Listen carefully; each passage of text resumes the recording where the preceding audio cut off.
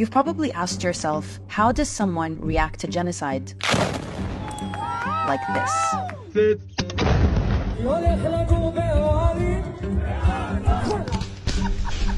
With your babies here. The answer is they've been conditioned to, and it starts in their education system. Here are 3 examples of how Israel teaches the dehumanization of Palestinians.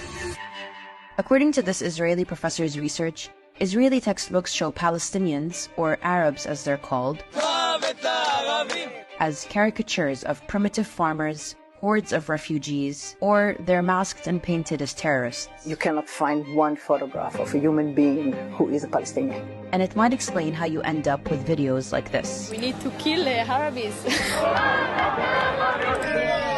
The way they are represented are as the problems and threats. And since they never or hardly ever meet Palestinians face to face or speak to them, although they may live 50 to 100 meters from them, this is what they know. If you type map of Israel in Hebrew into Google, this is what you'll get. Notice how a lot of these maps have no clear markings showing the occupied West Bank, East Jerusalem, and the Gaza Strip, all of which are internationally recognized as illegally occupied Palestinian territories. You'll also find this map in Israeli textbooks. It's how you end up with illegal settlers colonizing more and more Palestinian land, claiming it's their God-given right. All this, what you say, it's belong to Israel. And it's how you end up with scenes like this. You have this necklace? That's Palestine, yeah. This is Israel. שלנו. כל הארץ. כולל עזה.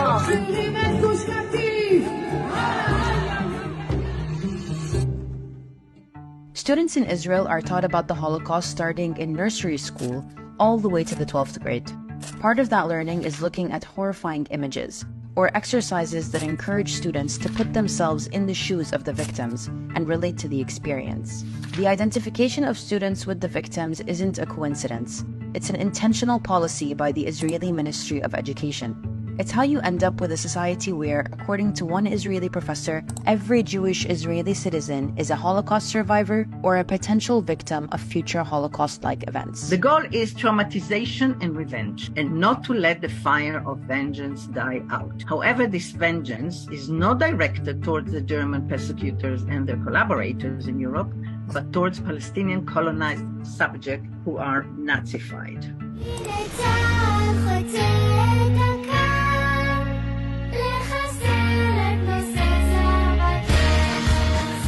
The fact that Palestinians had nothing to do with the Holocaust and that they are the ones currently being exterminated seems to be irrelevant. With this weaponization of the Holocaust, Zionism isn't seen for the settler colonial racist ideology that it is, but as the savior of the Jewish people. And it's this thinking and this fear that is weaponized to justify the violence of the Zionist state.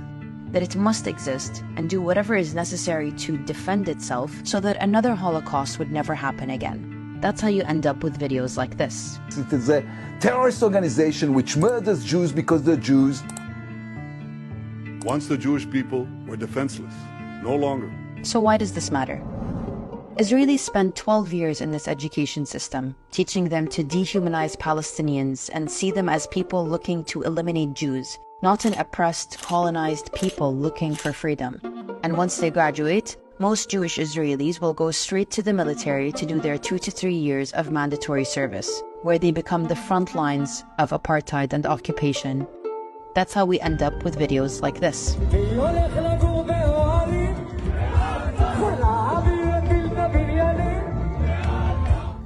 So why do all this? Well, Israel can only exist as a Jewish state if it manages demographics to maintain a Jewish majority.